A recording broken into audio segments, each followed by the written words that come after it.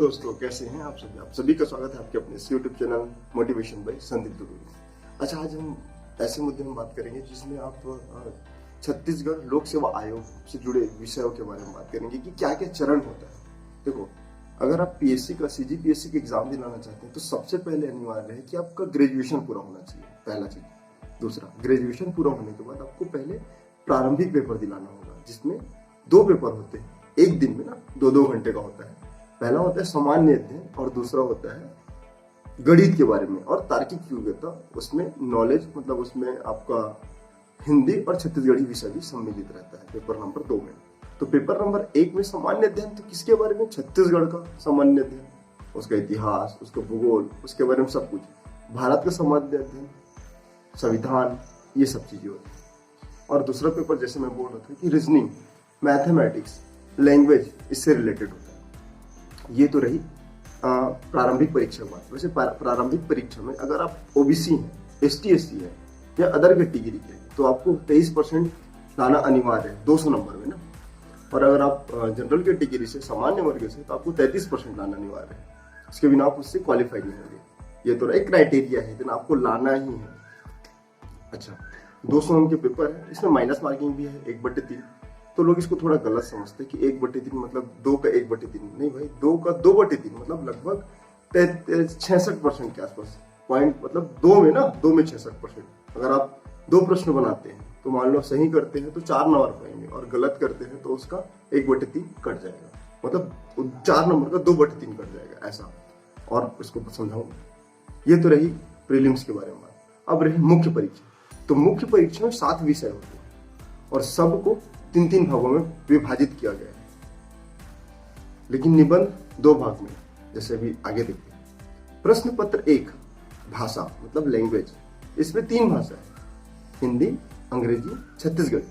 तो हिंदी जो है भाग 1 है, अंग्रेजी जो है भाग 2 है, और छत्तीसगढ़ी जो भाग 3 है। तो हिंदी से 75 100 नंबर के क्वेश्चन आएंगे, जबकि छत्तीसगढ़ी और अंग्रेजी से 50-50 नंबर के क्वेश्चन आएंगे। ये तो रहा वेटेज के बारे में। अब देखते हैं प्रश्न पत्र 2। तो प्रश्न पत्र 2 ऐसे के बारे में। तो ये ऐसे, तो ऐसे में लगभग 4 क्वेश्चन बनाने हैं आपको। अंतरराष्ट्रीय और राष्ट्रीय स्तर के मुद्दे पर 2 क्वेश्चन आएंगे, मतलब 4 विकल्प होंगे जिसमें 2 को बनाना है। और छत्तीसगढ़ राज्य स्तर के जितने भी मुद्दे उसमें 4 प्रश्न आएंगे, 2 बनाने हैं। मतलब कुल मिला के आपको 4 निबंध बनाने हैं 750 शब्दों में। ठीक, तो 50-50 है, मतलब 100 नंबर। अब आगे बात करते हैं प्रश्न पत्र तीसरा के बारे में, सामान्य अध्ययन पहला। तो प्रश्न पत्र तीसरा में क्या है कि भारत का इतिहास, छत्तीसगढ़ का इतिहास और संविधान, लोक प्रशासन। तो भारत के इतिहास और छत्तीसगढ़ के इतिहास से 75-75 नंबर के क्वेश्चन आएंगे, और संविधान और लोक प्रशासन से ओवरऑल 50 नंबर के आएंगे, जिसमें संविधान से, लोक प्रशासन से थोड़ा ज्यादा है। अब प्रश्न पत्र 4, जिसमें सामान्य अध्ययन 2 के बारे में बात करूं, तो इसमें भी 3 भाग है। एक सामान्य विज्ञान, दूसरा गणित, रीजनिंग, और तीसरा अप्लाइड टेक्नोलॉजी और पर्यावरण। तो इसमें सामान्य विज्ञान मतलब रसायन, भौतिक, जीव विज्ञान से 75 नंबर के क्वेश्चन आएंगे, गणित से, रीजनिंग से 50 नंबर के, और पर्यावरण और टेक्नोलॉजी से भी 75 नंबर के प्रश्न आएंगे। अब प्रश्न पत्र 4 के बाद 5 के बारे में बात करूं, सामान्य अध्ययन तीसरा के बारे में बात करूं, तो इसमें भी 3 भाग है। भारत और छत्तीसगढ़ की अर्थव्यवस्था, ठीक, भारत का भूगोल और छत्तीसगढ़ का भूगोल। तो भारत और छत्तीसगढ़ की अर्थव्यवस्था से 75 नंबर, और छत्तीसगढ़ के भूगोल से 75 नंबर, और जो बाकी 50 नंबर है वो भारत के भूगोल से आने। ठीक है, आगे बात करूं प्रश्न पत्र 6 के बारे में, मतलब सामान्य अध्ययन 4। तो इसमें 3 भाग है, जैसा अभी बताया कि हर में 3-3 भाग है, सिवाय ना निबंध के।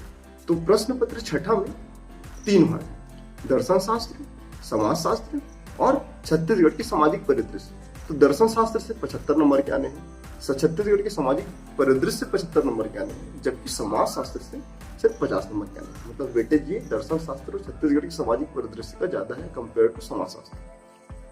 आगे प्रश्न पत्र 7 ना, तो प्रश्न पत्र 7 मतलब सामान्य अध्ययन 5वां में भी 3 भाग है।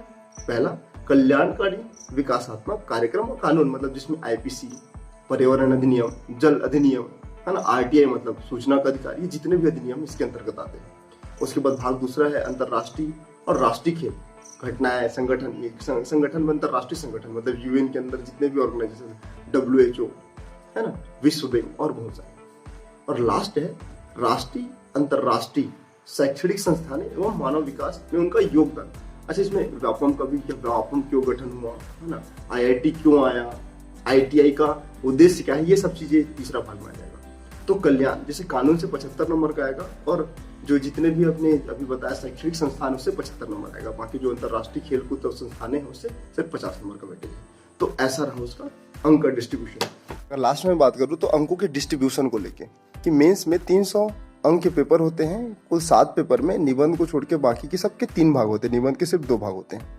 तो 30 शब्दों के लिए 2 अंक के कुल मिला के 22 प्रश्न आते हैं, जिसमें भाग 1 में 8, 2 में 6 और भाग 3 में 8 प्रश्न आते हैं। तो कुल मिला के 22 प्रश्न हो जाएंगे, मतलब 44 नंबर के। 60 शब्दों के बारे में बात करूँ तो 4 अंक के होते हैं, मतलब 4 अंक। अब अगर 4 अंक में कोई पेपर आया तो 60 शब्दों में बनाना है। तो भाग 1 से 5, भाग 2 से 3, भाग 3 से 5 प्रश्न, मतलब कुल मिला के 13 प्रश्न आएंगे 4 अंकों के, मतलब 56 अंक। अगर शब्द सीमा 100 रहे और 8 अंक के रहे तो कुल मिला के आएंगे प्रश्न 8, जिसमें भाग 1 से 3, भाग 2 से 2 और भाग 3 से 3। सेम अगर मैं बात करूँ 125 शब्दों में तो सिर्फ 1 प्रश्न आएंगे, वो भी भाग 2 से 10 नंबर के लिए। और 175 शब्द में 2 प्रश्न आएंगे, जिसमें अथवा रहता है कि इसमें से या ये या फिर वो। तो 2 प्रश्न आएंगे भाग 1 और भाग 2 से, मतलब कुल मिला के 2 प्रश्न, 15 दूनी 30 नंबर के। तो ओवरऑल कुल 46 प्रश्न होते हैं और 300 नंबर होता है। तो ऐसा इसका डिस्ट्रीब्यूशन है। अच्छा लगे तो शेयर करें। All the best for your